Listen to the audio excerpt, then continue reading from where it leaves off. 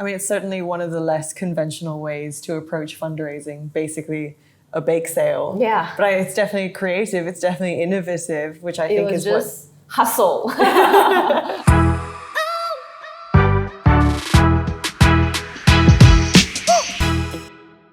Singapore's long been regarded as a haven for entrepreneurs because it's got very, startup-friendly infrastructure, government grants, a broad network of incubators, investors, corporate partners. But today I kind of want to talk about what the ecosystem looks like on the ground level. So just to give you a quick introduction, you are Grace Sai, CEO and co-founder of Ravel Innovation, which is a network of co-working spaces in Singapore. Is that right? Yes. On top of that, we have a venture fund and an innovation consulting arm that helps government and corporates innovate. Okay, so first off then, let's go down that route. Tell us a little bit about yourself and how you actually began Ravel Innovation. Yes, so I'm Grace. I'm the co-founder and CEO of Ravel Innovation, formerly known as Found8 Innovation. And I started the first co-working community in Singapore for startups back in 2012. When startups wasn't a thing, nor was collaboration and being part of a bigger community and movement a thing. And it was amazing, and we have grown a lot since then. Our community has raised more than $500 million under our noses. And from there, we had hopefully helped sort of kickstart and spur the need of communities and ground up hunger and ground up collectivism in the startup sector in Singapore and the region.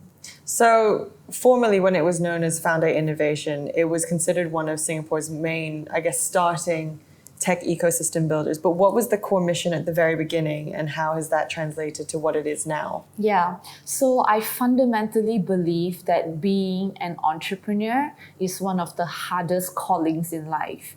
It is lonely, it is scary, it is against the grain, and definitely back then it wasn't part of what defines success for a young person, especially our parents don't really believe that. So I started because when you feel alone and when you feel unsupported by the mainstream definition of what success is, you need a supportive community that gets you. So where the crazies come together, crazy becomes normal, right?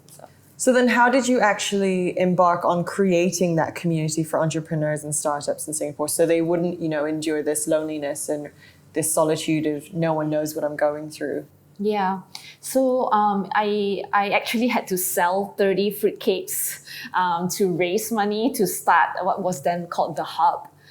Because it wasn't an investable concept at that time. And now look at co-working, right? So I did sell 30 of my mom's fruitcakes, and we partnered up with the National Youth Council at that time, and we had a beautiful red building in Orchard Road. And from there, we could have 200 over members.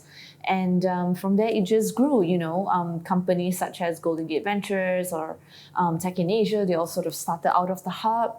And now we are seeing sort of the next generation or cohort of entrepreneurs. I mean, it's certainly one of the less conventional ways to approach fundraising, basically a bake sale. Yeah. But it's definitely creative, it's definitely innovative, which I think is just hustle.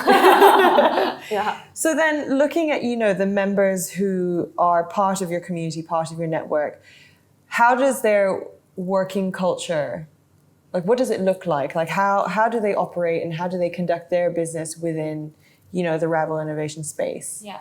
So we have two spaces here in Singapore, and we count amazing companies such as Antler, the main venture builder. They are our members. Go Bear, that is very much a Dutch company. They're also our members. Companies like Honeycombers, like Insider, a Sequoia-funded company, they're also our members. So imagine when your co-workers are these type of people, right? They are all creating a part of the future in their own ways, right? Whether it's in fintech, whether it's in media, whether it's in the way you grow entrepreneurs, right? So, our members are, seriously hard workers. They are some of the best talent I've seen in the country. They definitely are focused in building their own companies in our spaces, and yet they are able to collaborate and just ask for help very vulnerably within the community, because we curate our members. We don't just take anybody. It's based on trust. It's based on similar values, and most importantly, it's based on the need for community and the importance of collaboration. So we've already covered the fact that Singapore's got a very startup-friendly infrastructure, their government grants, the broad network of incubators that exist here, corporate partners, the number of investors here. But for those beyond your immediate members, for those who are perhaps not from Singapore or not Singapore-born businesses, why do you believe that Singapore is like the destination for them to conduct their businesses? Just the stability and the reliability of the political, legal, and financial infrastructures in Singapore. Sure. Look at our neighboring countries, right?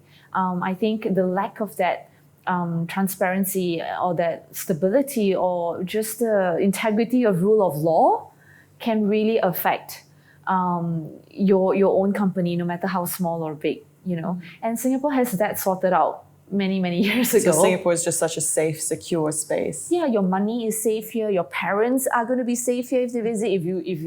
If you raise money here, your papers hold, right? So everything is just good and strong and clean here. I think that's one reason. The government is just the most progressive corporation I know of.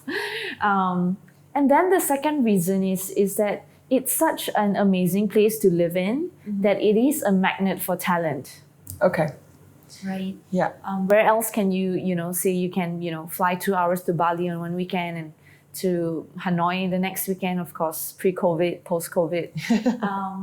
So, there is a lot of talent and a lot of hunger bottom up to create amazing companies, amazing global companies out of here. And it's great to be part of that. Right. So basically the young talent also has an appetite for the innovation in the entrepreneurial space, perhaps less so, the corporate pathways that our parents were typically expecting us to take up.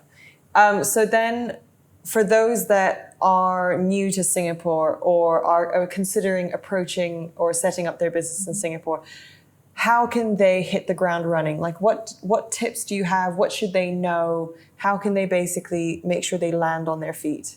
Yeah.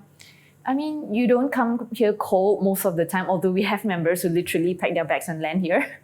And then, so you wanna work through your existing networks who are already here and start to get to know local leaders, local communities, local interest groups, and start from there. I would say joining safe and curated communities like ours is a very common way. We have a lot of people who join us because it's their first week in Singapore or their first month in Singapore, and they just want a selected community to be part of.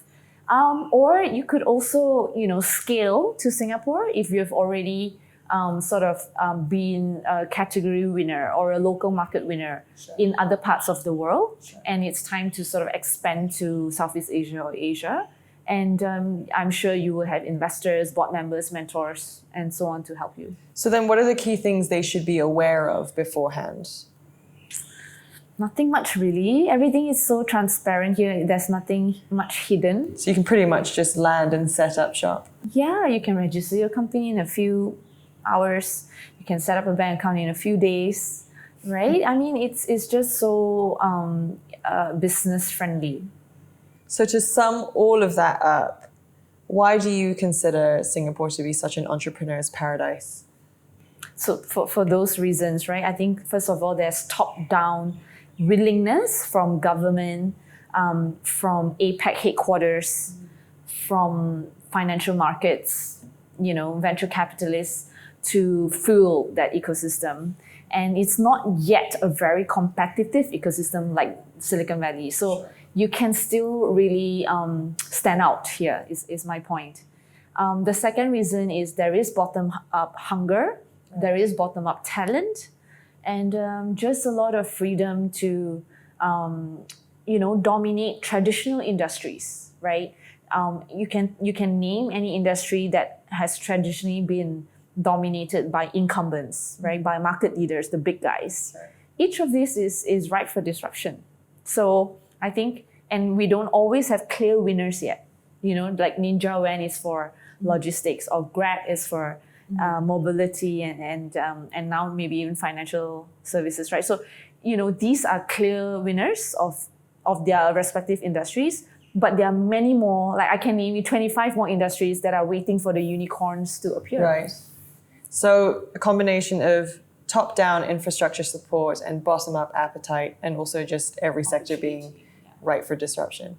Well, I mean, thank you so much. Those are all the questions that I have. This is brilliant. Yeah, great. Thank it. you.